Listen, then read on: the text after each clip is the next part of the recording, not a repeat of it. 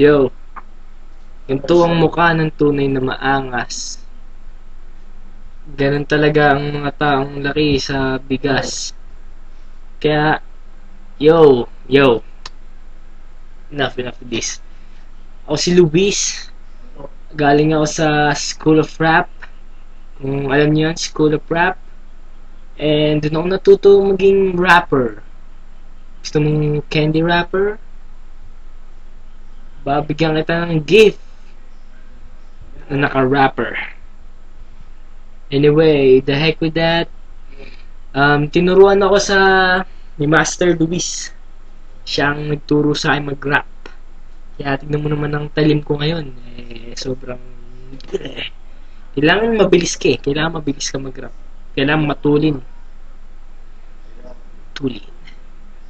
Kailangan mabilis yung salita mo.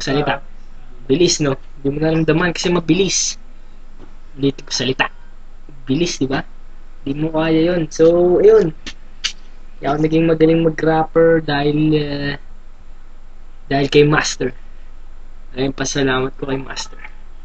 Master, kung nasan ka man, hindi kita malilimutan. Nandito lang ako.